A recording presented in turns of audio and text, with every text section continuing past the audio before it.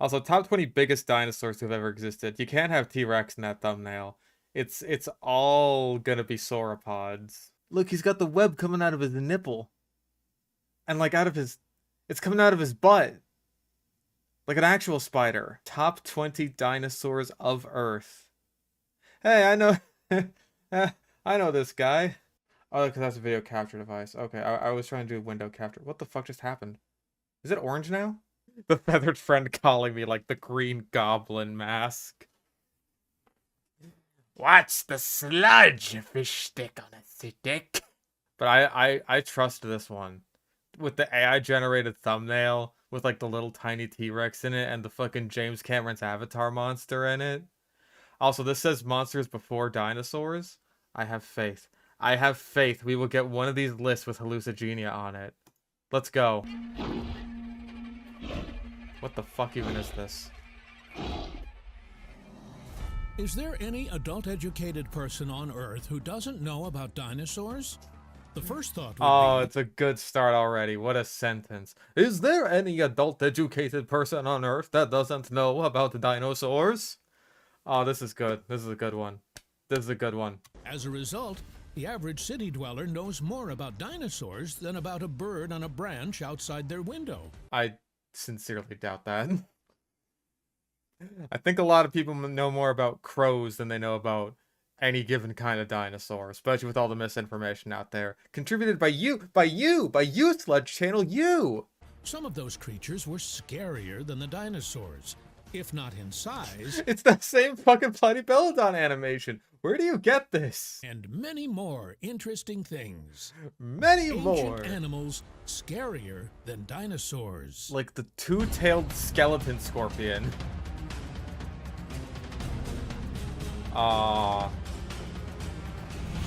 We found some good sludge. According to one of the most compelling hypotheses, the first life on our planet appeared in the ocean.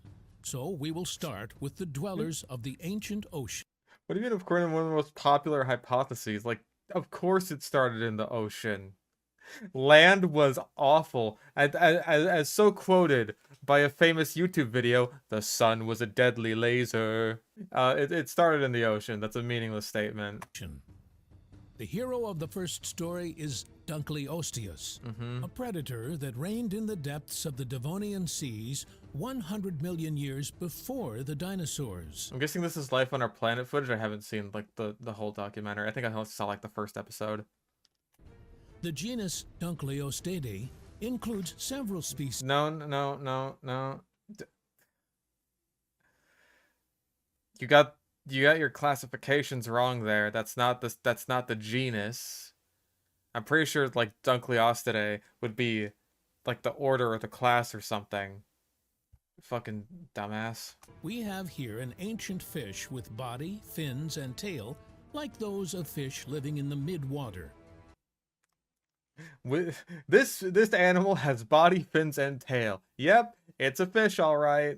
Also, I guess midwater makes some degree of sense. Like, hey, it's not benthic. That's something. Come to think, we don't know a whole hell of a lot about the actual body of Dunkleosteus. We pretty much extrapolate based on other related placoderms. Yeah, I'm pretty sure he means that this is supposed to be like a pelagic animal. But you know, there's like in like aquariums, you'll see things like hatchetfish that hang out on the like the top of the water level, and there's stuff like tetras that hang out in the middle, and there's stuff like cories and plecostomus and stuff that hang out on the bottom. So if I had to describe Dunkleosteus as one of the, if I had to like have a tiny perfect copy of a Dunkleosteus to keep in my home aquarium, yeah, I would probably describe it as like a mid-water level fish. Not near the bottom. In biology, such fish are called pelagic. Hey, there you go. See? An expert would immediately notice that it is not a plankton filter feeder or other consumer. An expert. You have to be an expert level paleontologist to deduce that this fish with fucking garden shears for a face was not a filter feeder. Good job. You did it. Well, boys, we did it. Paleontology is no more. But the most interesting thing is that these intimidating jaws do not have teeth. Hey, that's true. Toothless predator. It's hard to believe, but A toothless that's predator? what it is. The sharp protrusions... I mean, a lot of predators, generally speaking, teeth aren't really necessary for like suction feeding, which is true of a lot of fish. So, yeah, like unless you're a shark, like having teeth isn't really super necessary if you're a fish. They get around that. Dunkleosteus just like it's unique in that it has sort of like pseudo teeth, not in the fact that it has no teeth at all. Because again, like that's just not particularly special as far as fish go, or at least not like you know, like teeth you'd think of when you think teeth, like super developed teeth. After studying the mechanics and strength of the jaws of the Dunkleosteus, the scientists made two key conclusions. First, they found that the jaws could open so quickly that they sucked water in like a pump. Okay, I've heard the fucking, like, Dunkleosteus was opening and closing its mouth super fucking fast thing, like, in multiple of these Sludge videos now. I have no idea where this is coming from. Like, I have no idea how you would calculate that. And yeah, just like, these scientists have figured this out. What? Which scientists? What scientists? Are there only a couple? Are there only a couple, like, ever? Hey, I needed some kind of science question answered. Ask the scientist. They're like a superhero team. Like the Fantastic Four. Probably based on most fish today doing that sort of thing. I suppose so. But again, that just kind of makes Dunkleosteus in that aspect not particularly special, so I'm not sure how it's warrants mentioning, rather. The bite force of a present-day polar bear is 2,570 Newton. That's half as much. A bit bewildering, isn't it? Let's find out its size, mass, and speed. The evidence at this point is contradictory, as the full skeleton of an adult predator has yet to be discovered. Hey, Some estimates put its length at 10 meters. That's, I feel like that's on the way big estimate of, like, pre-shrunk Dunk. I want to say that, like, the biggest reasonable estimates for, like, pre-shrunk Dunk got around to, like, great white shark size. 20, maybe 25 footer. But will this mention the shrinkage? For the late Devonian seas, this was the largest hunter. For such a solid size, the Dunkleosteus was fairly fast. Okay, he mentioned that it was like, oh, controversial, here's the upper estimates, but he didn't mention, like, anything about the lower estimates. He didn't mention anything about the shrinkage. He didn't mention anything. He was just like, it's controversial. Here's one part of the controversy. Here's the really, the side that says it was really fucking huge. You don't get to hear anything else. Dunkleosteus was really big and no one gets hurt. It could swim at a speed of 32 to 40 kilometers per hour. We don't have a full skeleton, by the way, but we can estimate its speed once again as to 25 miles per hour. That's a high speed for marine life of the Paleozoic era. As the How do you largest know? and fastest, Dunkleosteus was at the top of the food chain. It preyed on amenities, sharks, plesioderms. Amenities? Plesioderms? Don't you mean placoderms? Because, like, it's also placoderm? No.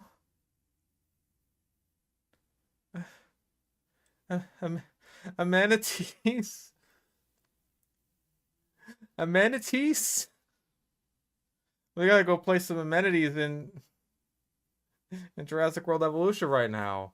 What the fuck? And other Dunkleosteus. Yes. Yes. This is the very same exception prey we mentioned above. The fact of cannibalism is scientifically proven and allows for a very interesting hypothesis. Wait, is he gonna say that, like, Dunkleosteus ate themselves to death? Also, he sounds very excited about cannibalism. She's like, yes, they ate each other, yes. Perhaps the brutal introspective competition served as one of the main tools for the evolution of the species. Wait, the evolution of The the worst species? enemies of the Dunkleosteus were actually its brethren, so its defenses improved in this direction. Note that in the 50 million years of the species existence, its defenses improved in this direction. You're not going to mention how? Or what? Or what the fuck you were talking about? Did that make any sense? No? Okay. it developed nothing to protect the back half of its body. It has remained open. But we haven't found the back half. I mean, like, placoderms in general pretty much only shielded, like, the head or front half of the body as far as, like, we've discovered on them. Mostly because I imagined that the back half was designed for, you know, locomotion, getting through the water. And again, like, you're saying that, oh, Dunkleosteus evolved to defend itself against other Dunkleosteus, and yet you're also saying that the back half was completely unarmored. Like, hey, dumbass fish, put armor on the rest of yourself and you won't get eaten by yourself.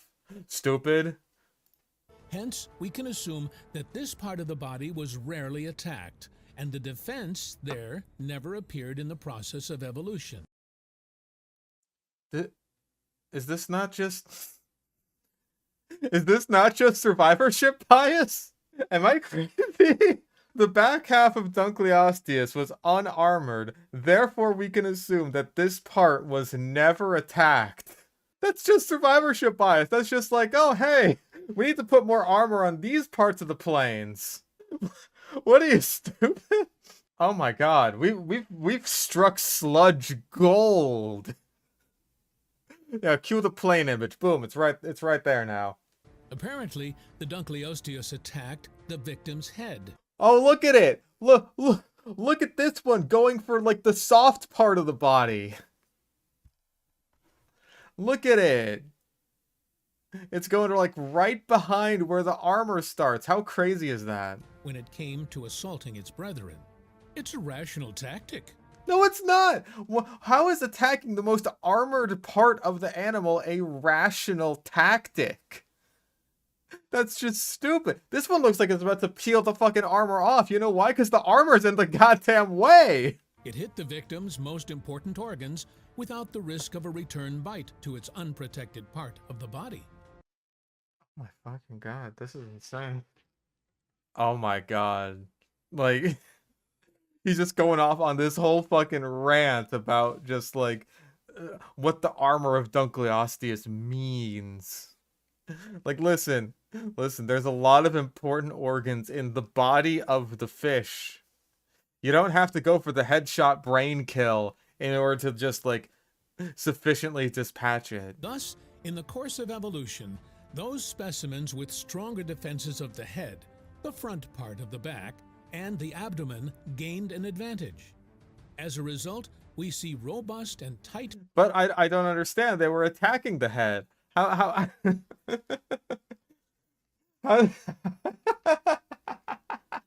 Of course, this is just a hypothesis, but it is quite plausible and recognized, and other alternatives are less convincing. A hypothesis that is very compelling and recognized, and all the other ones suck. So fuck you. I'm right, you're wrong.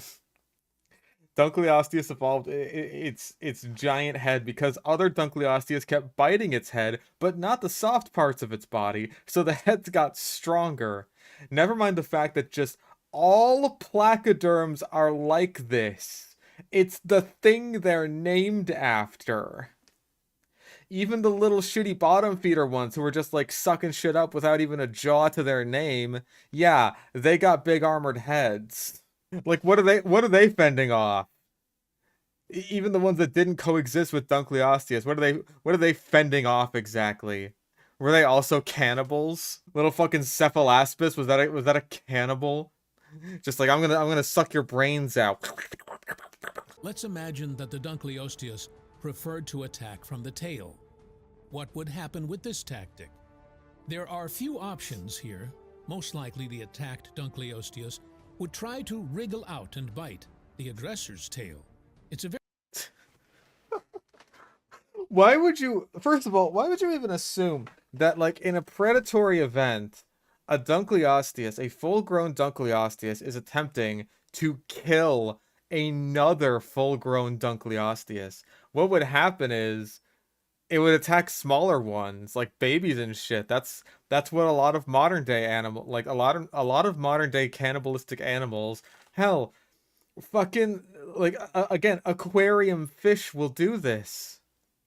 If you have, like, guppies and they start breeding or something, sometimes the parents will just end up eating the little fry. Guppies aren't, like, attacking other full-grown guppies because they're just like, I'm going to eat you now. Oh, let's say a fucking Dunkleosteus attacked another one from behind. Hey, you're disabling its primary method of locomotion. Congratulations, you've won the fight. thus attacking the tail of the rival. Dunkleosteus itself risks losing its tail. In any case, Maybe it shouldn't be attacking full-grown adult Dunkleosteus then. Because you know what happens if it attacks the fucking tail of a Dunkleosteus half its size? Nothing! It eats the little baby it's trying to eat. the extinction of Dunkleosteus at the end of the Devonian is associated with two peaks in the global extinction process. The Two peaks in the global extinction process. Like, just say it died out during a mass extinction event. I don't fucking know, man. This does not seem very hard to me. And yeah, he's been going on about Dunkleosteus for 8 minutes now. Most of it has just been on this, like, weird cannibalism, like, fueling the evolution tangent.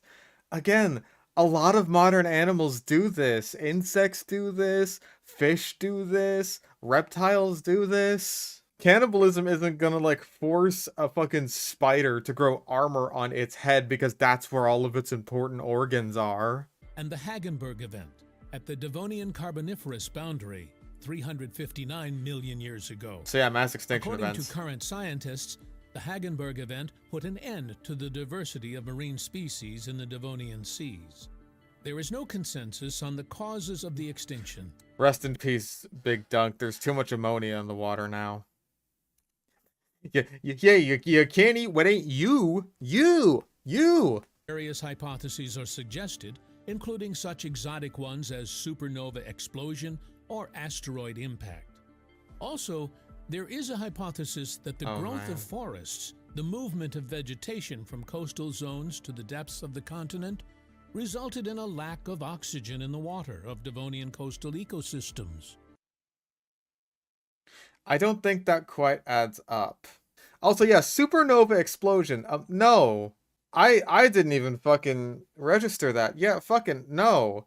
Because I thought he meant like my brain was just like, oh yeah, like a solar flare or something, right? Like a really big. No, a supernova. No, that's way fucking different.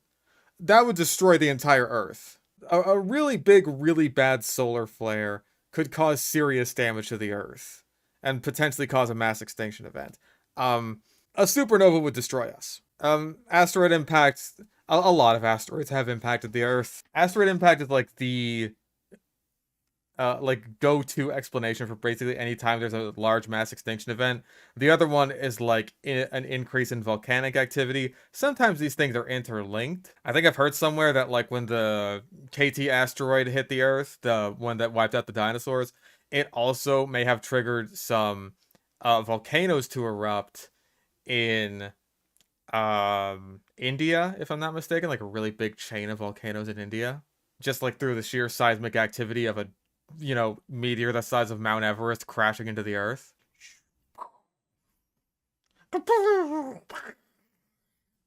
That's the noises it would make. I am an expert paleontologist because I know that Dunkleosteus was not a filter feeder, so I can tell you that's the exact noise that happened during the KT mass extinction event. It is easy to imagine the objections of the opponents of this hypothesis. Yes. Oh, right. I almost forgot about this. Plants on land take carbon dioxide from... That's another thing, is they take carbon dioxide and put oxygen into the air. So that really wouldn't affect the ocean very much at all in terms of like, oh, it's sucking out all the oxygen. Because that's literally just not how plants work.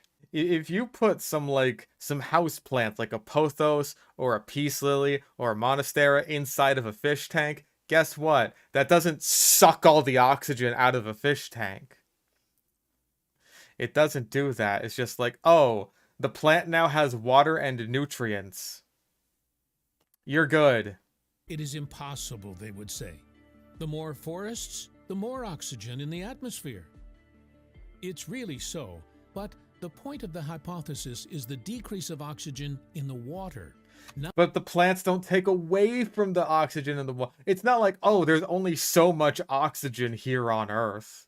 That's not how that fucking works. How much shit are you just gonna make up? Like, oh no, we're speccing too hard into atmospheric oxygen. We forgot to put the oxygen into the oceans. Shit, this isn't a fucking, like, management simulator game. You can have lots of oxygen in the atmosphere and in the ocean. You can do both. There's nothing to suggest that, like, plants existing would take away from oceanic oxygen. That just doesn't happen. Yeah, this is still about Dunkleosteus. We're almost 10 minutes into this video. It's just like, hey, let me tell you about fucking algae. As they died and decayed, they took oxygen from the water. The lack of oxygen first led to the extinction of lower links of food chains, and then to the mass extinction of apex predators.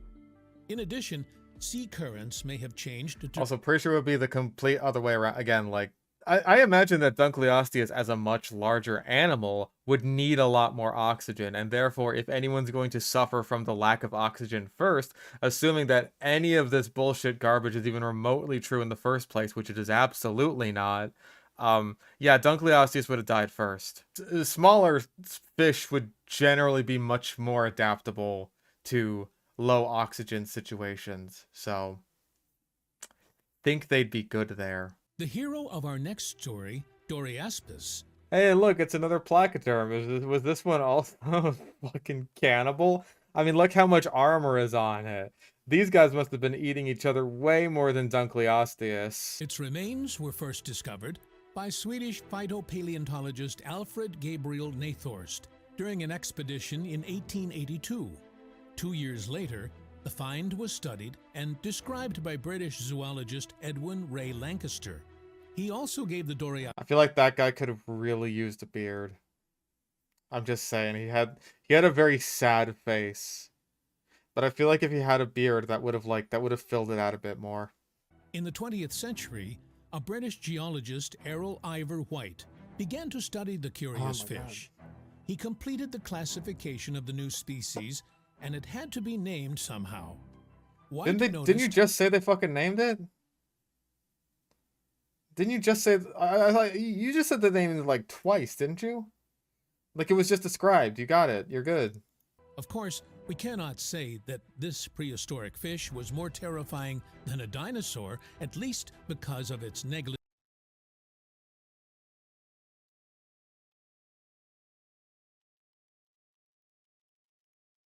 According to available data, its length did not exceed 15 centimeters.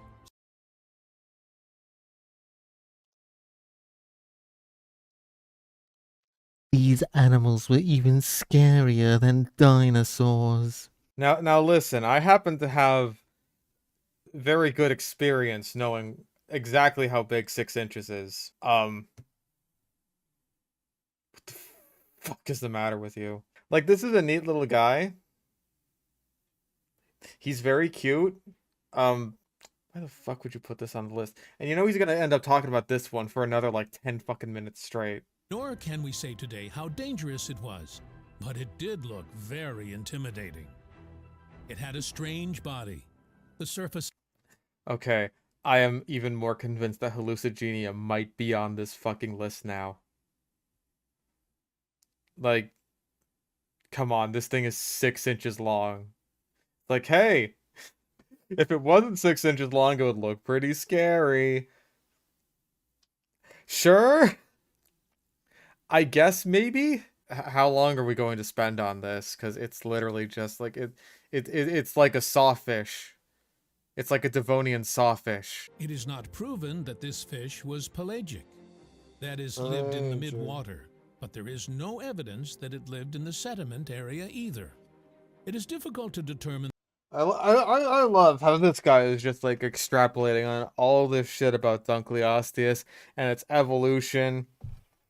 All this fucking shit.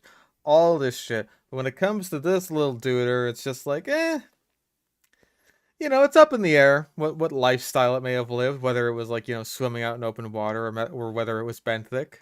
Like this you'll give a pass to.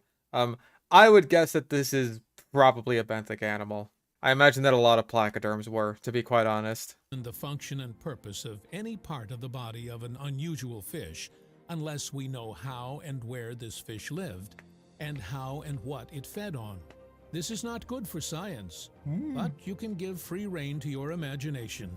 Try to suggest your own version of the purpose of the lateral protrusion. Who knows?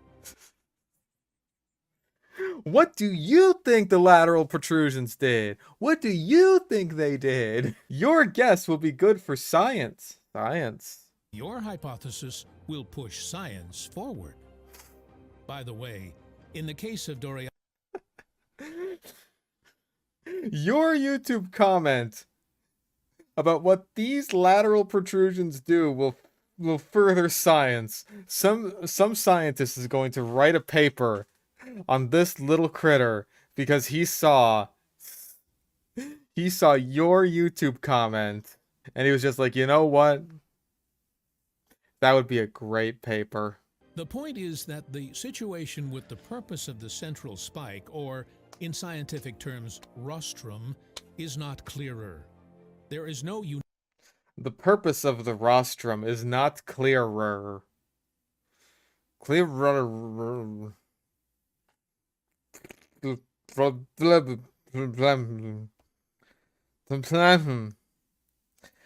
Like, yeah, he just keeps going. Like, personally, hey, what do you think it did? That might help science. That's where I would have ended the segment.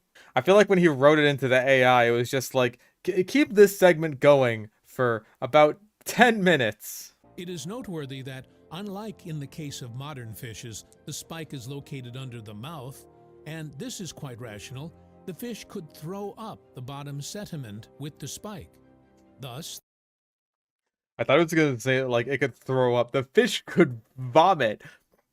And again, that's not necessarily rational. You have modern day examples of this with sawfish and saw sharks. We've talked about this. How they'll use their rostrums to attack, like, other fish. They will use it to pin down fish.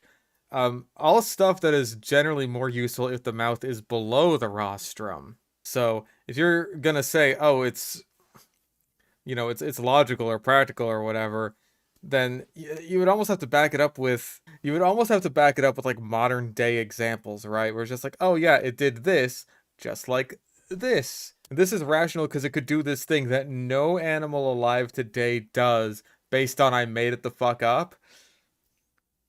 Little less rational. Especially because I imagine that, like, using it to dig through sand that could probably end in breaking the rostrum. I'm not even gonna lie about that.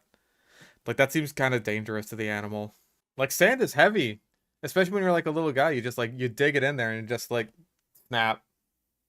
You ever dug with a plastic shovel before? Or, like, a little plastic spoon? You dig it in there into the sand, it's just, like, sometimes it just snaps off. if there is something tasty, it could be quickly devoured. Remember that in the cruel world of natural selection, eating faster means being more efficient. Again, you're showing an example of a sawfish using its rostrum in such a way that benefits a very specific lifestyle that involves the mouth being underneath the rostrum. Also, apparently Doryaspis is thought to have been pelagic, so this section is entirely wrong and invalid. Even better. I mean, that does make me wrong on my thought that this thing would have been benthic, but, like, still, he's more wrong. I was guessing based on nothing but the body plan. Doryaspis was actually a pelagic fish that lived not on the bottom, but in the mid-water. Then the whole reasoning is useless. Unfortunately, there are... That does not say that is necessarily useless. Like, again, it could have been using it like a sawfish uses it, and how it like just kind of swipes at the fish it's trying to eat. It could have been using it in that same way, just like in open water. Or it could have been using it for something else. Who knows? That doesn't make it useless. Okay, he only spent like 5 minutes on Doryaspis compared to like 10 minutes on Dunkleosteus. So let's see what we get next. Evolution of life on Earth. In this story, we will present you not just one, as usual, but two ancient creatures, Mesosaurus and Mosasaurus. Their names are very similar. Okay, call me crazy. I'm not an expert. Isn't Mesosaurus like, that's like a Jurassic crocodiliform, right? Mesosaurus was a Permian marine animal. Okay, so Mosasaurus absolutely lived alongside the dinosaurs. Mesosaurus, I'll give you that one. That is before the dinosaurs. You literally just did this because their names sounded similar. Okay, don't know what type of diaspid it was, but it was not a crocodilomorph. Okay. Yeah, today's episode of Dino Sludge Sesame Street is brought to you by the letter M. Like, why would you even compare these animals? They are so drastically different. Which sometimes leads to confusion, despite the fact that these predators were very different from each other. In addition to external differences, one of them is also famous for its special role in science. Further, you will learn which one of them has helped science and how. So let's talk about Mosasaurus. It was a very large sea predator. It is classified as a reptile from the order Squamata. Hey, at least he said it was a squamate. I'll give him that one over some of the other Sludge channels. It was just like, it was part of an order of reptiles. That is it. That is all I will say about the Mosasaurus. Mosasaurus lived in the Cretaceous period of the Mesozoic era, about 145 to 66 million years ago. I am pretty sure that is the range of mosasaurs in general. Even then, that seems very long. I don't know of mosasaurs from before, like, the Cretaceous. That's going back to, like, the late Jurassic, I want to say. So yeah, it's certainly not Mosasaurus itself. That was towards the end, pretty much exclusively. Mosasaurs as a group, I can believe this, which, like, I'm pretty sure the AI got confused because earlier on it was saying, like, oh, mosasaurs, while the narrator was saying Mosasaurus. And so, blah. Only Cretaceous mosasaurs and, like, Middle Cretaceous at the earliest. Well, Middle Cretaceous, but, like, hey, that's still a useful terminology. So, yeah, either way, this is still very, very wrong. Fossilized traces of their existence have been found on all continents, including Antarctica. Ooh. They inhabited warm, shallow seas that were widespread in the late Cretaceous. These ancient... Okay, Antarctica was not exactly warm in the late Cretaceous. It was warmer than it is now, but it's not warm. Western Interior Seaway mosasaurs absolutely would have lived in warm oceans. Like, yeah, that shit would have been warm. That shit would have been very nice and warm, and it would have been great to swim around in if it wasn't for all the horrible sea monsters in it. But, like, the ones that lived in Antarctica, yeah, no, that was not warm. That was just not penguin temperatures like it is now. The viperous, with a high metabolic rate. Poop it out. An Poop out the adult baby. Mosasaurus could exceed 10 meters, 32 feet in length, and weighed up to 70 tons. I want to say that's on the lower end of size estimates. Okay, 70 tons, that is very large. I'm pretty sure we were talking about this with, like, blue whales and shit. Like, blue whale is 100 tons. So that's almost blue whale, but for 32 feet in length, how fucking fat is that Mosasaurus? Holy shit. 32 feet is around that's a little bit bigger than, like, a modern day bull killer whale. 70 tons, I want to say that's how much a fucking sperm whale weighs. So imagine, like, killer whale length with sperm whale proportions. Sperm whale chunk. I want to see that. I want to see that rendition. Yeah, no, Mosasaurus Hoffmanni, I want to say, could get around like high 40s, maybe up to 50 feet, but still probably not close to 70 tons. It would probably weigh less than that, especially because like it's a long boy. You take a little lizard and you're just like, yeah, it's long now. Yeah, they're going all Perucetus on. It's just like, yep, we finally got one. This one's bigger than the blue whale. Put it to bed, folks. Average lifespan was about 42 years. Mosasaurus Very fed on difficult to tell bony that. fish, cephalopods, sharks, and marine reptiles. Sea turtles were Okay, at the very least, when this one says like, oh yeah, it fed on marine reptiles, it cuts to a clip of a sea turtle and not a fucking lizard on a rock or something. in the last 20 million years of the Cretaceous period. Mosasaurus drove out all their competitors represented by large mackerel sharks, the last pliosaurs, and earned the title of the top sea predator of their time. Sorry. I guess that's kinda true-ish. I mean, like, very large sharks still exist, like Cretoxyrhina existed in the same area as a lot of the big mosasaurs. But like the pliosaurs did start to die out as mosasaurs started to take over, so I honestly doubt it's the case that like mosasaurs outcompeted pliosaurs. I'm pretty sure it's probably just like pliosaurs were already on the way out and so mosasaurs just happened to take over this niche. I'll give like a quarter of a point there, because like, yes, when pliosaurs died out, mosasaurs took their place. I really don't think that the mosasaurs were like out there just like bullying the shit out of the pliosaurs until they all died out. I don't think that's the case at all. Mosasaurs became extinct about 66 million years ago, along with dinosaurs and petrosaurs in a mass extinction at the end of the Cretaceous. Petrosaurs? Come on, man. Come on. Everyone knows that the P is silent. Everyone knows that one. Come on. This is fucking Feathered Friend with anthropods all over again.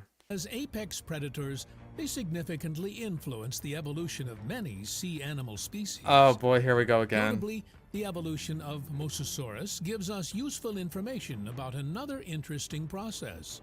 We know that the ancestors of the Mosasaurus lived on land. So was that fucking Crystal Palace Iguanodon or some shit? Well, whatever the fuck that is almost certainly not what a mosasaur ancestor would have looked like. Mosasaurs are most closely related to monitor lizards and snakes. Not whatever the fuck that is. Looks like a typothorax. Okay, so just some random video of a vaguely prehistoric looking reptile. the evolution of this predator helps us understand how the transition of a reptile group to an aquatic habitat occurred. Now Except it probably really doesn't, because like Rosie's been saying in chat, like the origin of mosasaur evolution is super mysterious. Like how exactly these monitor lizard-like, snake-like reptiles ended up becoming these giant fucking monster dudes is not entirely understood. So that doesn't really help us understand their evolution. It kind of just if anything, that just raises further questions. Mesosaurus fossilized remains have been found in early Permian sediments. These sediments were formed 299 to 271 million years ago, so scientists believe that Mesosaurus lived in this period. It had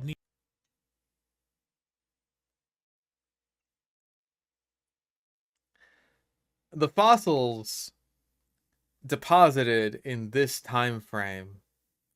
So we believe that the animal lived in this time frame.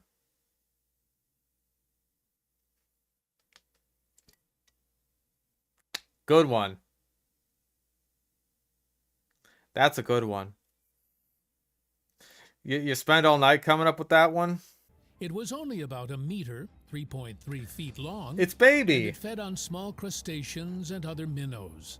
A seemingly small crustaceans and other minnows. Oh boy, the AI is getting there. Oh, it's getting there. And I'm pretty sure the AI, like, animated this shit too. Might have even generated the image. I'm not super sure on that one. Because, like, what are those weird tendrils coming out of the, like, the back of the ammonite there? Maybe this is, like, touched up with AI, right? That would be my guess, is, like, they took an already existing image from an actual artist and, like, put it in an AI generator. And like, so it just, like, went over it like a filter. Yeah, this just looks around like, what is this mulk of goop in the background here? And yeah, the limbs, like, you can kind of see some back flippers here, I think. But then it's like, this one seems more like a regular flipper, while this one seems like almost a hand. And I want to say this is 100% animated in AI. unremarkable. Oh, yeah. Saurian, but it played an Same with important this one. role in an important fact was that Mesosaurus lived in fresh water. It could not stay long in salt water, respectively. It could not cross the ocean.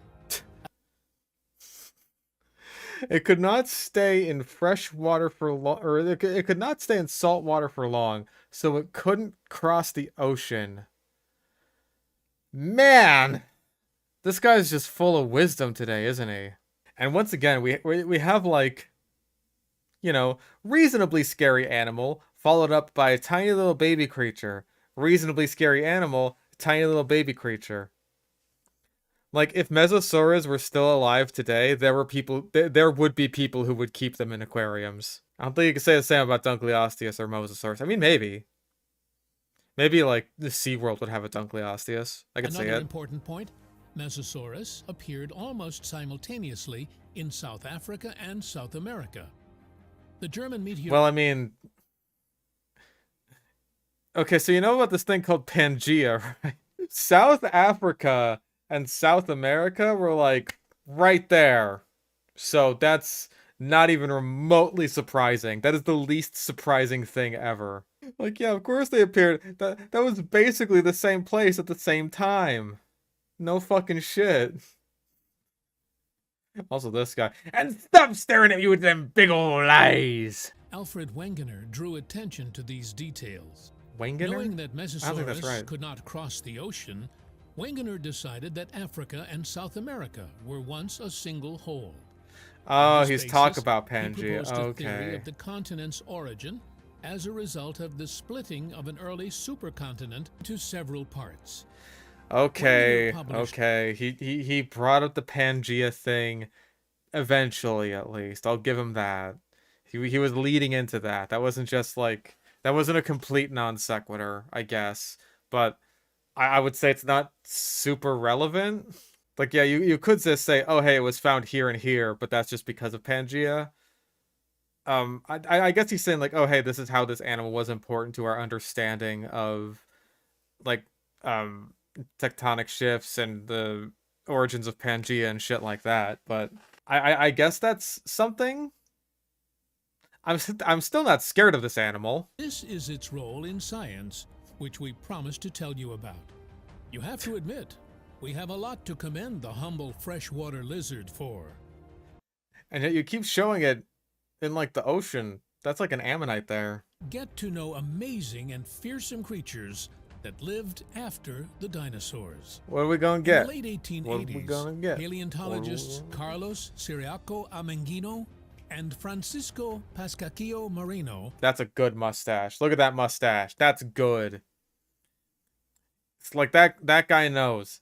That guy knows. He's got, like, the kind of sad face, but the mustache, it hides the pain. That's good. Reported to the world the existence of Forest Rosidae, ancient flightless birds. Okay, first of all, that looked to be an image of Gastornis, which, as we've discussed previously, was most likely a frugivore and not a terror bird. And second of all, that's the entire group of forest rockids. Like, the AI never knows when to stick with a genus, when to stick with a class, when to stick with an order, when to stick with what the fuck ever. And also, yeah, as Meme Master just pointed out, that's not an animal that's scarier than a dinosaur. That's just straight up a dinosaur. So you lied. You lied in your video. Those are dinosaurs that I'm supposed to be scared of, you fuck. And part of the hidden history was the giant Forosrhacos, which appeared in the Paleogene after the extinction of the dinosaurs. Oh god, he's doing it again. Okay, the Paleogene is basically right the fuck after the meteor hit. Now, in the Paleogene, again, you had shit like Gastornis. That was the one you saw in Walking with Beasts. That was the one that was eating the little tiny horse dudes. Again, that was most likely a frugivore, not a member of Forosrhocidae. But, for some reason, the AI is counting Gastornis inside of Forosrhocidae, and so saying, oh, this entire lineage of birds went all the way back to the Paleogene, and extrapolating that with the genus Forosrhacus, and saying that Forosrhacus itself went all the way back to the Paleogene. No, the fuck it didn't. Forosrhacus was a relatively recent species. I want to say like 5 million years ago, something like that. Look at this. This is Forosrhocidae back in the Paleogene. Like, the actual scary ones that you're talking about are pretty much exclusively Neogene. Like, we know that this is around when, like, they split off from other bird groups, but in terms of the big spooky ones, no, they're not in the Paleogene. And Forosrhacus itself, where is that one? Yeah, that boy. Yep, Miocene. That looks to be around 10 million years ago. Forosrhacos roamed South America about 62 million years ago. No, the fuck it didn't! No, it didn't! No, it didn't! You're getting this so fucking wrong. Oh my god. Again, 62 million years ago. That's like right after the dinosaurs went extinct. That's immediately after. I don't know what the fuck this video is, by the way. It's like a dodo bird had sex with a cassowary. It looks bizarre. They were key predators in South America during its long geographic isolation. Okay, they're gonna talk about the rivalry between like Forosrhocids and saber cats. They're gonna do it. They're gonna say that like terror birds were outcompeted by Smilodon. They're gonna do it. About 2.7 million years ago, The land North bridge. and South America united. And then The faunas of the continents began to blend, and the Forosrhacos gained competitors. The invaders were stronger, so the local predators lost to them, and gradually became extinct. God, do I hate being right all the time. And I didn't mention Smilodon specifically, but that's what we're doing the thing again. We're doing the land masses collided, and oh no, Forosrhacus just couldn't keep the fuck up.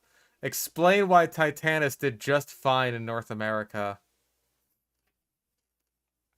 where all these deadly predators were coming from in the first place. Like, you know, there was Smilodon in North America too, right? I always get them mixed up. Fatalis is the North American species, and then Populator is the South American species of Smilodon, if I'm not mistaken. So, Titanus would have been, you know, living in the hood of Smilodon Fatalis, and all that shit. He still did all right. Giant Pseudosuchians lived in South America for eons, and they never get mentioned. They didn't get outcompeted by felids. No, you don't understand. As soon as Smilodon showed up, as soon as the famous, the legendary, the iconic saber-toothed cat showed up, as soon as that showed up, all the giant, like 30-foot long Pseudosuchian, they just died. Poof, gone. One of the Forosrhacos Titan's Wallery tried to Titans. escape. Tried This to species made it to tried to escape. You have to understand what you're saying. You have to understand what you're saying here, you stupid fuck. You are saying that Titanus escaped into the fucking area where all of the predators that are apparently outcompeting it are coming from in the first place. And again, you're saying like, oh, it tried to escape, like it knows.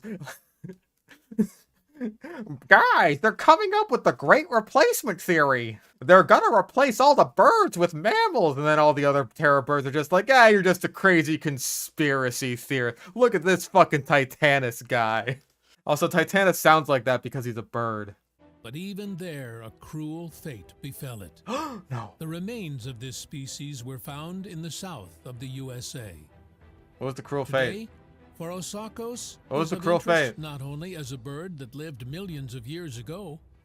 This species is of great value as a result of development in isolation. What? What? Is he saying anything? Apparently we have no idea what terrible fate befell Titanus. It just died. Apparently we know exactly what happened to the South American forest rockets, but not good old Titanus. One must agree that a bird that abandoned flying is an interesting evolutionary experiment. Bird that abandoned flying is an interesting evolutionary experiment. I mean, considering the origins of birds, I find it more interesting when flight re-evolves, quite frankly. I want to say that flight among theropods has been gained and lost several times. Like, you have the origins of flight with things like Archaeopteryx and the first birds. That was them, gaining flight.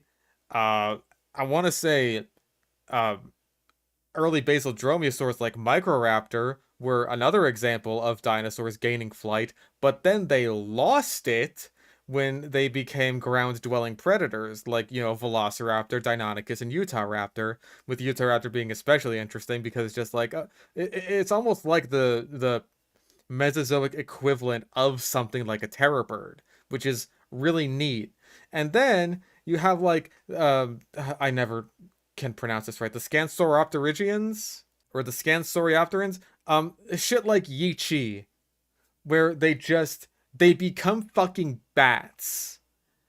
And they evolve, they basically evolve bat wings before bats were a thing. Because, like, a lot of people are just like, oh, pterosaurs are like, they're like dinosaur bats, right? Sort of in terms of ecology with things like Andrewsarchus, but in terms of their wing structure, no, not really at all. Because pterosaur wings are basically based on their one little finger jutting out and getting really long finger boy, and just stretching all the way out, while bats use their whole hand to fly, pretty much. And that's what shit like Yi-Chi does. And then birds, they kind of have like fused hands, basically, and they mostly just use like their feathers to fly, compared to things like pterosaurs or bats or Yi, which use skin. They use skin.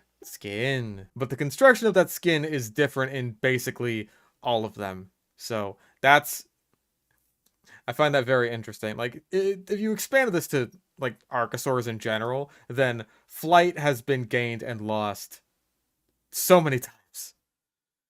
Especially if you probably consider like weird shit in the Triassic or Permian that just like didn't make it all the way, or hell, stuff that we might not have even found yet. Like, these guys really want to fly. There are still debates about the reasons for this, and they may have a very interesting conclusion. The fact is that natural selection plays a major role in evolution. In a highly simplified form, it works as follows.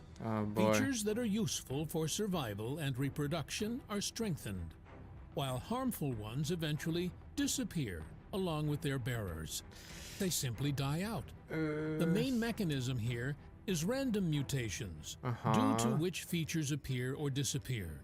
And natural selection only reinforces the successful version. The role of natural selection in evolution is well known. So the question is, what was wrong with Pharaosaurus? We know Pharaosaurus. He's pretty much right about like how evolution and natural selection works. Like again, it is pretty much just like it is very much so like a series of random mutations, and sometimes those random mutations are good and beneficial, and that's basically how you end up with like super evolved derived traits. Sometimes you get something that's just straight up bad and, you know, doesn't work. Like hell, that just happens in a lot of random mutations in humans. Sometimes you get stuff that's like kind of in the middle. It's basically totally benign and it makes no difference one way or the other, but it is still basically a random mutation. Something like vitiligo, I would say would fall into that category. It doesn't really make a difference one way or another. Like whether or not you have vitiligo, that's not going to increase or decrease your chances of survival any the ways that some kind of like congenital deformity would. Okay, extra toes, that's a weird one because like you would think with how, you know, generally speaking, you know, our quote unquote default is like, you know, 10 fingers, 10 toes, like the genes that would encourage like more fingers and toes would be recessive, but they're actually dominant. The genes that like say, oh hey, you should like if you have a random mutation that says like you have extra fingers, yeah, like if you had kids, that would be a dominant trait. So you'd have a higher chance of passing that trait down to your kids. So that's a really weird one in terms of like how those random mutations can become influenced, basically, right? Like maybe something that seems really weird just so happens to be a dominant trait. And maybe in the future, a lot more humans will have like fucking 6 fingers on each hand. Why not? So why did its wings diminish greatly in the course of evolution? Probably because it just didn't need them anymore. Like, yeah, birds generally tend to lose flight when they just kind of don't need their wings anymore. Terror birds were isolated for a very long period of time. South America didn't really have a lot of mammalian predators on it for most of South America's like prehistory. So they were just pretty much fine without wings and they could adapt into that niche. Pretty much the same thing as like what I was talking about earlier with the pliosaurs. Just like, yeah, pliosaurs died out and here comes someone else to take the spot because like in the ocean especially, when there's a big slot that needs to get filled, oh boy, something's gonna come up and take it. Something's gonna come up and take it fast. There's gotta be some big shit in the ocean swimming around. Why did it stop flying? Why did it stop It flying? wasn't easy to find a reason, but it was found. It has to do with the behavior of these huge birds. They didn't need to fly. Is it because they're terrestrial macro predators, so they don't really need to fly anymore? Flying may be a pleasant activity, but it is very energy consuming and potentially risky. It says as this eagle is basically not even flapping its wings. Like, you really think that running on the ground to catch your prey is more energy consuming than flying? Not really. Again, like, this is just a niche that they adapted to. Like, the thing is, right? Evolution did not punish these creatures for existing, basically. It was like, oh, you've evolved these traits that encourage you to run around on the ground to catch prey? Sure. Nothing's stopping you. As long as there's the nothing stopping you part, you're good to do whatever the fuck you want. What makes ratites dumb compared to other birds? Well, what makes anything dumb in comparison to anything is how many wrinkles your brain has. And ratites have very, very smooth brains. The more wrinkly your brain is, the more thinky your brain is. Ratites are, from my understanding, among the most, like, basal and primitive of birds. And so that might have something to do with it, with just why they're so dumb. why they're so dumb baby. Again, that might have something to do with it. It's kind of like how marsupials are kind of stupid. Just because they're, like, also very basal mammals, comparatively speaking, at least, like, as far as what we have alive today. Like, koalas, real fucking stupid. But, you know, that's not just a result of being marsupials. That's also a result of, I've decided to eat nothing but eucalyptus. That is my entire diet. But again, that's how evolution works. Even though that's probably a really stupid idea, evolution did not punish koalas for existing. At least not until, like, 2020 with the wildfires. You figured out a way to eat eucalyptus? Sure. Go for it. Nothing's gonna stop you except for, like, the fact that you have to do all this shit and basically have to throw it up and eat it, like, 5 times just to actually eat it. Became extinct around the middle of the Pleistocene, about 1.3 million years ago. Their closest present-day relatives are sirenias, 2 species of land birds of prey in South America. Bonk. Their long, slim legs are only a faint echo of the former glory of their mighty ancestor. I'm pretty sure those birds also have, like, basically a raptor killing claw talon on their feet. These birds are really cool. I love these guys. They're almost like the South American versions of something like a secretary bird. The biography of Forusrachos tells Oh us my god, he has not pronounced this fucking name the same way twice this entire video. Please move on to something else. that. But you're probably wondering, what happened to the sky? It all descended to the ground, and the sky stayed empty after the pterodactyls became extinct? Pterodactyls? Oh my god. Please just start talking about Argentavis, because I know that's where you're going with this. Meet Argentavis. According to modern data, Argentavis lived in the territory of modern Argentina during the Miocene epoch, about 23 to 5. Argentina mentioned. Let's go. Its biography overlaps with the biography of the hero of our previous story, Forusrachos. Stop! Stop saying Forest Raucus. You can't do it. You just fucking can't. Just stop. Forusrachus. Forusrachus. Fucking Harry Potter spell sounded out. Forusrachus. Expooby badooby. Was about twice the size of the largest flying bird of today, the Andean condor. I thought the albatross was the biggest. Maybe that's mass-wise. That might be mass-wise. Argentavis had a wingspan of about 7 meters, which is only 3 meters less than that of the famous F-16 fighter. Only 3 meters less? You understand how big 3 meters is, right? That's like 10 fucking feet.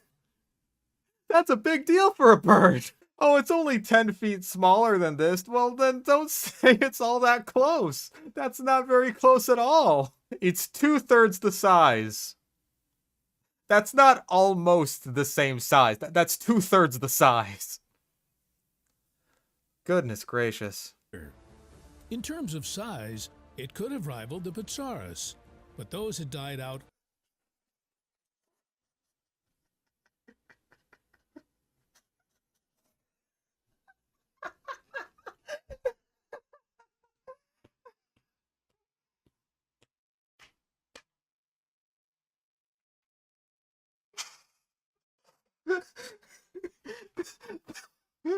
The what?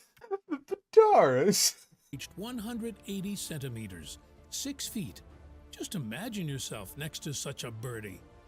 You Imagine yourself next to such a birdie. probably started to wonder how such a giant even took off. How Not particularly. Yeah, there was stuff that was way bigger than Argentavis that was flying around. Like, again, this was 3 meters smaller than a fucking F-16. I'm so bad at math. Yeah, like 23 feet. Yeah. Quetzalcoatlus was bigger. Quetzalcoatlus actually was around the size of an F-16. If you wanted to make the comparison, easily could have done that with Quetzalcoatlus. No, I am really not wondering how this bird that was smaller than Quetzalcoatlus and also an F-16 fighter jet took off. I'm really not wondering. Research in this area has led to interesting conclusions. It turns out that the pectoral muscles, and this is the main power machine of flight, of Argentavis were smaller than those of other flying birds in percentage terms. Gasp. This means only one thing. Argentavis could not stay in the air for long, continuous flapping its huge wings. I mean, that doesn't necessarily mean that. I mean, again, like, think about something like the albatross, right?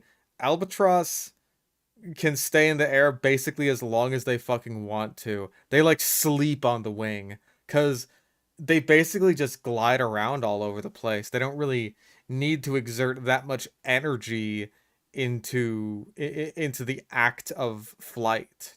There has been some thought that, like, maybe pterosaurs did something similar. Like, in Walking with Dinosaurs, you saw when the Ornithochirus was going on his big migration, they talked a lot about thermals and how they would, like, basically rise with the warm air, and that helped them just get around, basically. Walking with Dinosaurs almost seemed to imply that, like, you can't really take off at all as a big pterosaur without the thermals, which I think is, like, that's pretty silly.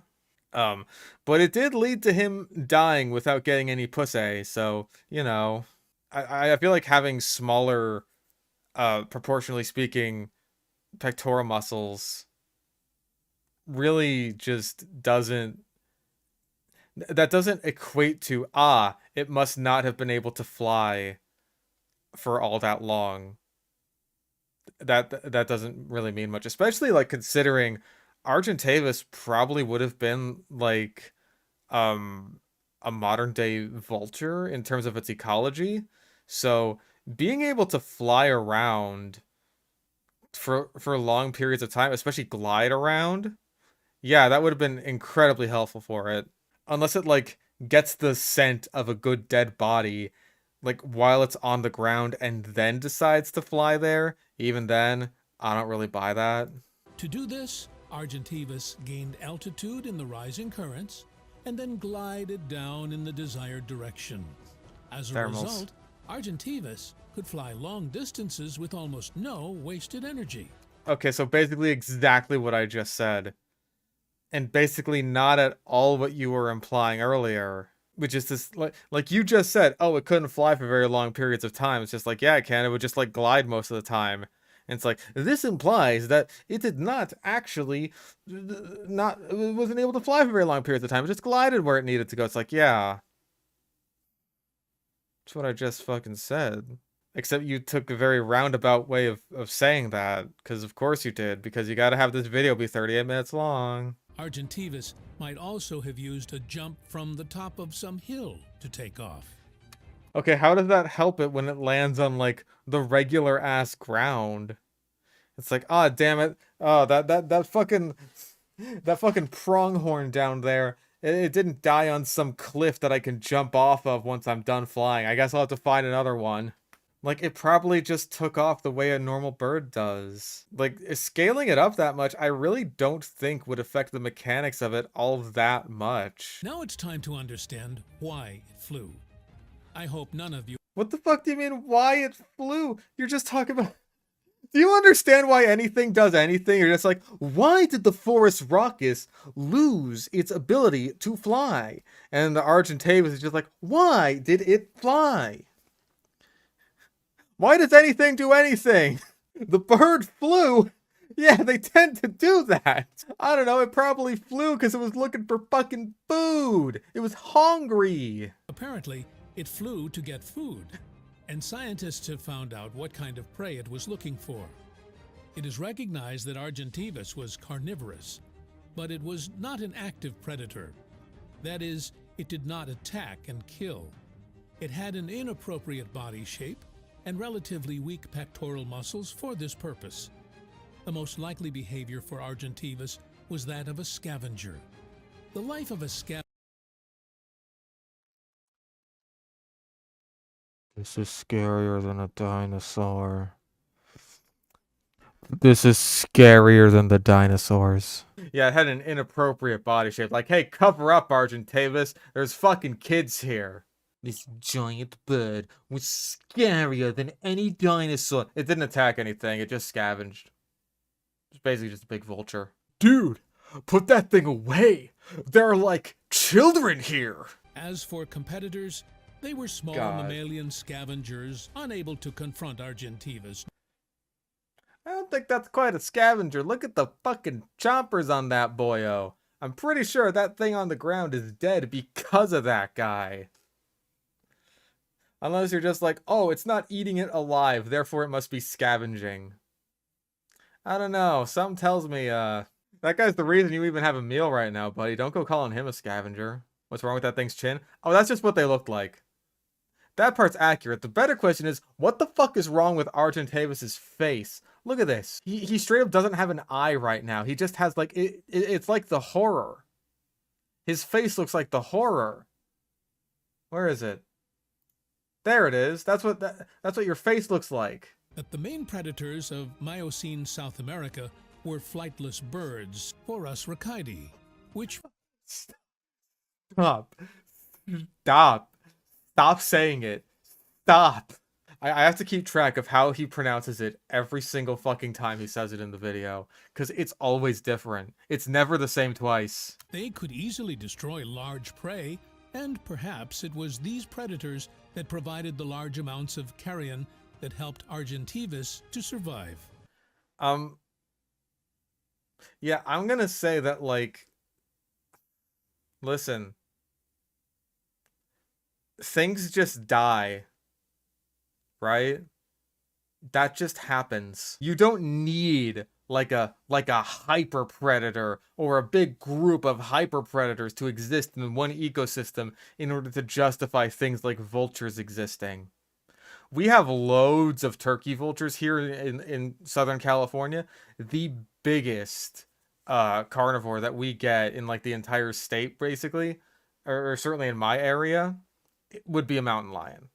And those are very, very uncommon to actually like run into one of those. But like, still loads of turkey vultures. Biggest carnivore in the state would probably be black bear. But even then, California condors are up on the rise. Those are also basically obligate scavengers that fill the same role as something like Argentavis, and also, they are big. Those are big, big birds. I've seen them. They are huge. And they do just fine with not only the whole flying and taking off thing, but also with the whole being an obligate scavenger in an area without, like, a giant macro predator to take down fucking prey left and right. Like, shit just dies. It happens. The existence of a predator is not nearly as important as the existence of a lot of shit around just in general that can die for you to eat. It only needed between 2.5 and 5 kilograms, 5.5 to 11 pounds of meat each day. Like, that... Okay, I'm sorry, I'm back on this. If anything, the fact that there's, like, predators taking down prey would mean that there's less meat for you to eat. Because they're the ones that are going around and eating most of the good stuff. So if you're relying on predators to kill animals for you, then you're... How can you expect to maintain a stable population if the only shit that you can feed yourself with is already half-eaten? Or more, or worse, you know? So what do we have in the end? A big buzzard. Argentavis laid 1 or 2 eggs every 2 years, so it had few nestlings. I'm going to guess this is based... What the fuck? I'm going to guess this is based entirely on modern-day relatives, such as California condors or Andean condors, and their life cycle, because I have no idea what, if any, material of, like, Argentavis nests or anything like that has been discovered. And also, yeah, what the actual fuck is this? These are baby dinosaurs or dragons or something. This is crap. We have fucking Slenderman Argentavis again. Argentavis was undoubtedly a successful predator. This did not save the species from extinction. Also, did you say it's a predator? It's not a predator, it's a scavenger. One of the most interesting ones is Platybelodon. It belongs It's the fucking line of action one again. He's got the woo. Why is he like that? Why? Is this gonna be like the one goopy ass animation where it's just like to the genus of Gomphotherium, extinct proboscidean, relatives of modern elephants. They lived in Africa, Eurasia, and North. Gomphotherium reached the peak of its diversity in the late. Oh, so you're saying Gomphotherium now. Isn't this about Platybelodon? I mean, I understand that it is a Gomphothere. I understand that, because, you know, I actually know the difference between a genus and a class and an order and shit like that. I understand that. Maybe you don't, but I do. Platybelodon looked very much like an elephant. Except for the parts where it didn't. And 2 lower tusks. But unlike modern elephants, its upper tusks were bent downwards. And also, it had lower tusks. At all. That's kind of different. Science doesn't know the reason for this, although there must be a reason. We know that evolution doesn't tolerate useless things. However, the Evolution doesn't tolerate useless things. That is not true at all. What evolution does not tolerate are things that are detrimental to your existence. If something is useless, but it's not detrimental to your existence, again, look at something like vitiligo, look at something like having an extra finger, then, like, doesn't matter. It really doesn't fucking matter. The worst you could say about, like, oh, if the tusks bent downwards, but that doesn't really help them at all.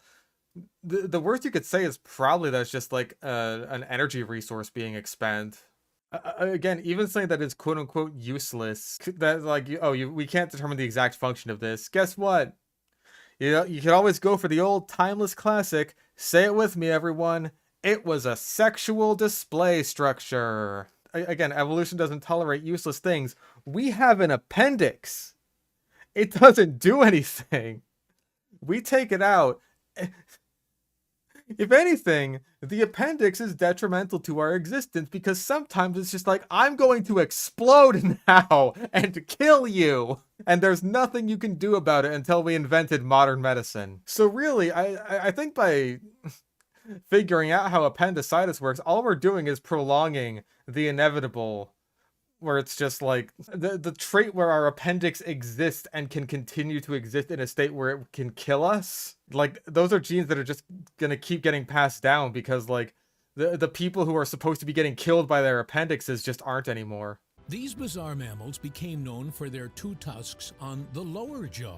He's still singing. They were without enamel, broad, and flattened horizontally, which gave them a resemblance to the blade of a bayonet shovel. Looks more like Timmy Turner's teeth. 1936, when describing Asian specimens of the genus Platybelodon, the famous paleontologist Henry Fairfield Osborn. Oh, Henry Fairfield Osborn. Oh, no. Uh-oh. Okay, number 1, Henry Fairfield Osborn was not a very good paleontologist. At all. What, you know what he was really good at? I'll give Henry Fairfield Osborn one thing. He was really fucking good at naming dinosaurs. Tyrannosaurus Rex, Velociraptor, good names. Good names. Generally speaking, though, he was not a great scientist. So I look forward to hearing what our good friend what our good friend Henry Fairfield Osborn has to say. What did he do again? Oh, he was like the founder of the American Eugenics Society. So, you know, he really, really liked eugenics. Like, you know, back in the ye olde days, being into eugenics was just kind of like a thing sometimes, but he really liked eugenics. Like, a lot. Was the first to compare the lower pair of tusks to a coal shovel. The comparison became firmly rooted.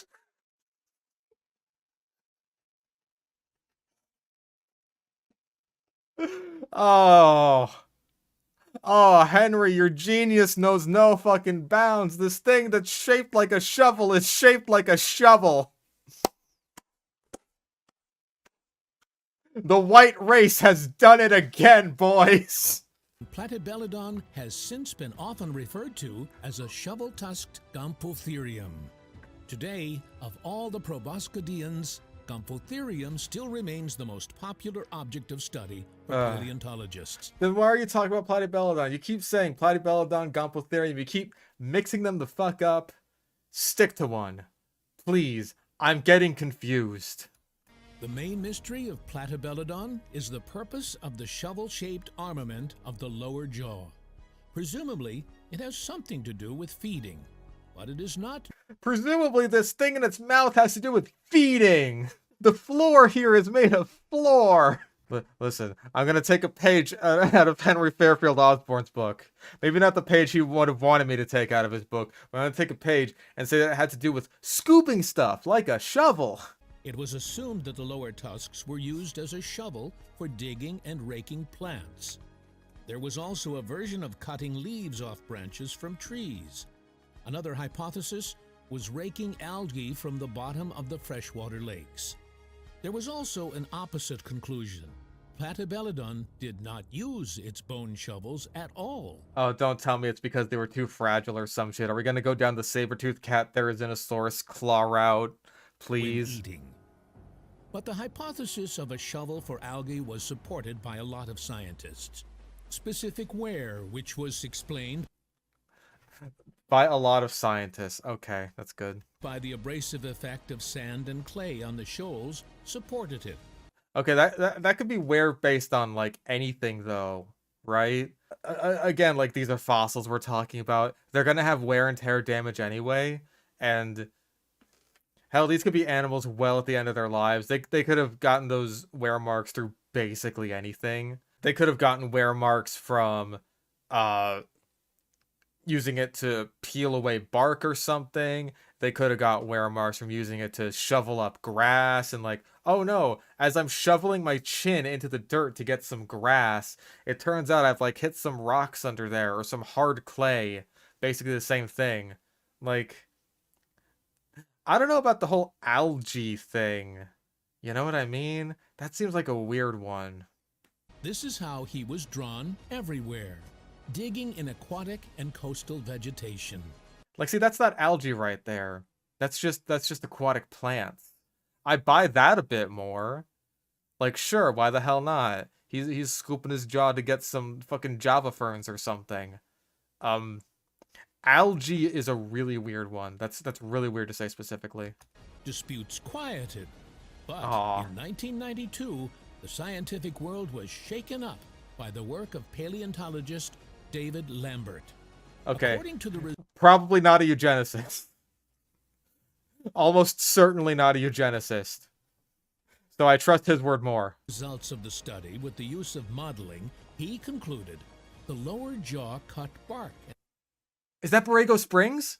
I think those are the statues out in Borrego Springs, like the metal statues. They're all over the place in there. There's like loads of different prehistoric animals. There's like a big sea serpent. I'm like 90% sure that's in Borrego Springs. It's like a big tourist attraction out there. I've like been out there before. I was a kid then, but I don't have a car and it's pretty far out to go. So I'll let you know once I go again, once I have a car. Having examined the microlayer of the surface of the tusk shovels, the Chinese scientist came to the same conclusion. The Chinese scientist. The one over in China. Because, like, I was confused because, like, it's showing me this picture of an obviously white dude. And it's like, oh, the Chinese scientist came to the same conclusion. It's just like, wait, are you talking about the same guy? But no, apparently there's an as of yet unmentioned Chinese scientist who has come to the same conclusion. Well, it looks like it's time to depict platybelodons at lunch in a dense tropical forest. Although we cannot say for sure that the search for the truth has come to an end. Did you not just say that it did by analyzing like the fucking microbes and shit and their... Whatever. Finally, we invite you to learn about the fascinating discovery story of another predator that lived in Central Asia during the mid and late Eocene epoch. about 45 to 36 million years ago. Andrewsarchus. The world learned about Andrewsarchus from a skull discovered in Mongolia. It was found by an expedition led by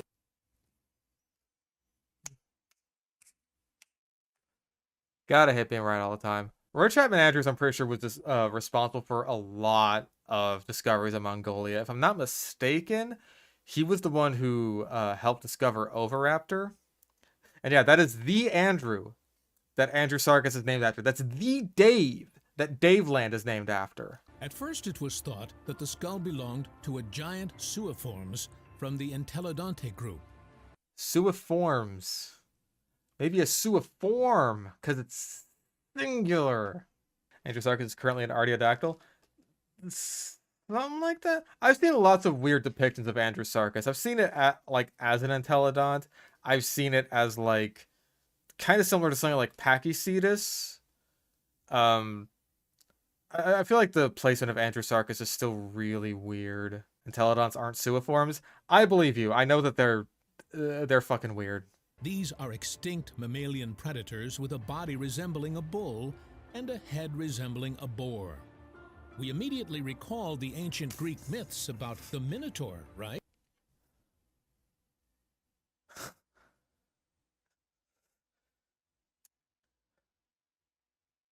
Recall the ancient myths of the Minotaur because it has the body of the bull and the head of a boar. So it has so the Minotaur has neither of those. I'm tired. I feel like we're just gonna get into a lot of Entelodont shit instead of like anything actually about Andrewsarchus, because again, Andrewsarchus, I'm pretty sure, is only known from that one skull. And so again, there's just like not a whole hell of a lot known about it. A year later, the above-mentioned paleontologist Henry Fairfield Osborn determined the found skull belonged to a predator from the family Mesoneichidae. He also described the new predator and named it Andrewsarchus in honor of Roy Andrews, the head of the expedition that found the skull. Oh boy. Good old Henry Fairfield Osborn. Back at it again. I have seen modern reconstructions of Andrewsarchus as an entelodont, so again, I'm not sure how much Henry Fairfield Osborn's claims have stuck since then. What the hell do I know, though? I'm not a eugenicist. Its body length was 3.8 to 4.5 meters, 12.5 to 13.1 feet, and its tail was 1.5 meters, 5 feet long. We don't have a tail. Do we? We don't have a tail of Andrewsarchus. I'm pretty sure it's just the skull, is it not? It's just the skull. Like maybe you can extrapolate that based on close relatives, but like there's no tail. How do you know how long the tail is? It doesn't exist. What is wrong with you? Considering that it had a skull 83 centimeters, 2.7 feet long, and 56 centimeters, 0.85 feet wide, we can consider Andrewsarchus the largest terrestrial carnivorous mammal that ever lived. Maybe. Again, I'm not 100% sure where this place is. It might have even been an omnivore. That being said, I do still really love the Walking with Beasts depiction of Andrewsarchus. I think it looks so fucking cool.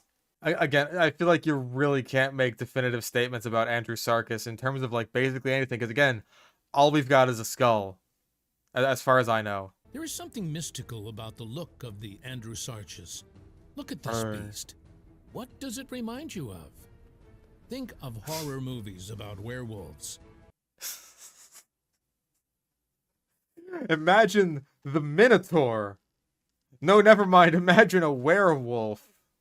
Awoo. It is safe to say that in terms of frightening appearance, it was a worthy heir to the Tyrannosaurus. No. Listen. T-Rex was like 40 feet long and as tall as a giraffe. No. Listen, not to discredit Andrewsarchus, right? I'm sure it was a very intimidating predator in its time.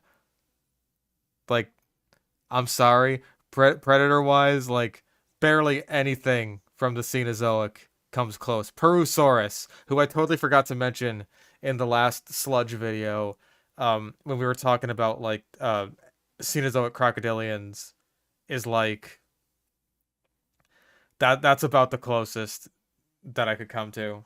Oh, I was talking about stuff on land, but like, yeah, Megalodon. That's another one.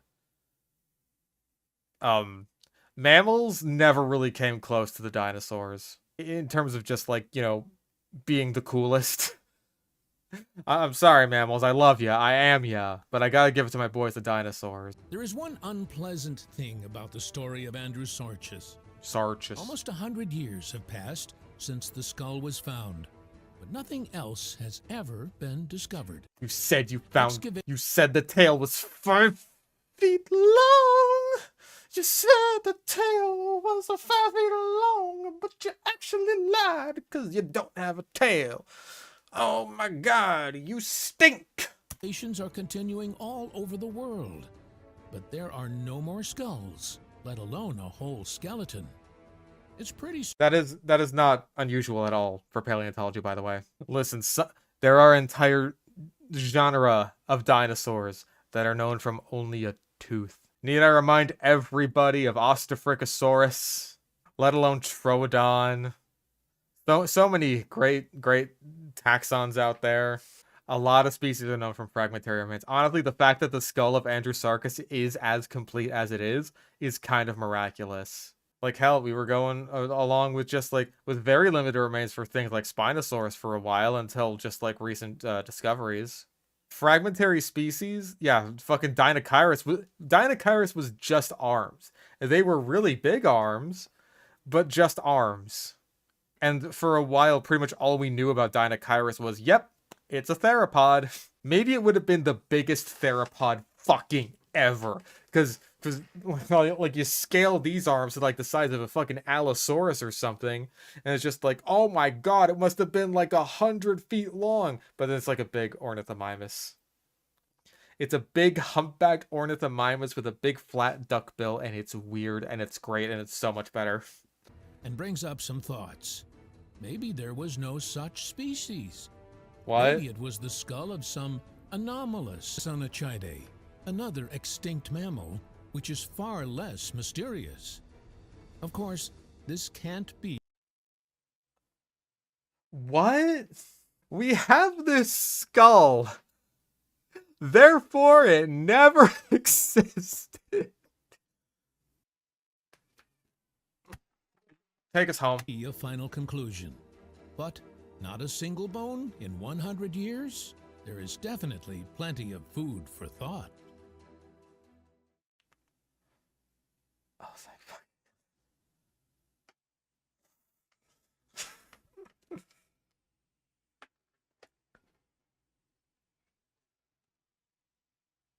Oh my God. Oh, we ate some good sludge tonight. God damn, that was bad. It's over. Woohoo! Yes! Now what do we do? Let's watch it again! Where are the freaking dragons, man? Studying paleontologist actually combing through all of this. Let's see. Dunkleosteus is a family, not a genus. These calculations are now out of date as the dunk has been shrunk. Don't need a full skeleton. A recent analysis has shown a length of 3 to 4 meters and a mass of around 1 metric ton. Speed has also decreased. Temporal range of Dunkleosteus is 30 million years, not 50 million. Also, armor in the tail region would greatly reduce speed and maneuverability. I don't need to be a studying paleontologist to tell you that. Not sure on the accuracy of the section on Doryaspis, as I've not studied this taxa before. Me neither. Maybe he did that on purpose. It's just like, what's an obscure one? What's an obscure one that people don't know about? So he's talking about squamates here, actually lizardon-like dinosaurs. 70-ton estimate is a bit high. Yeah. A bit. Unclear as to whether you're talking about the family Forest-Rockidae or the genus Forest-Rhoccus. That doesn't get better as the video goes on. Hypothesis of the South American fauna being outcompeted by the North American fauna is incorrect, as they coexisted for several million years. They weren't outcompeted into extinction, but went extinct from climate change. You can tell this because Titanus escaped into the area that's full of the peanut jig, a little peanut jig of its own. Yes, Gomphotherium and Platybeldon were different genre. They're not even in the same family. Whoops. Dear God, that was a really bad one. I don't know if that's quite the worst one yet, but Jesus Christ, it was very painful to get through.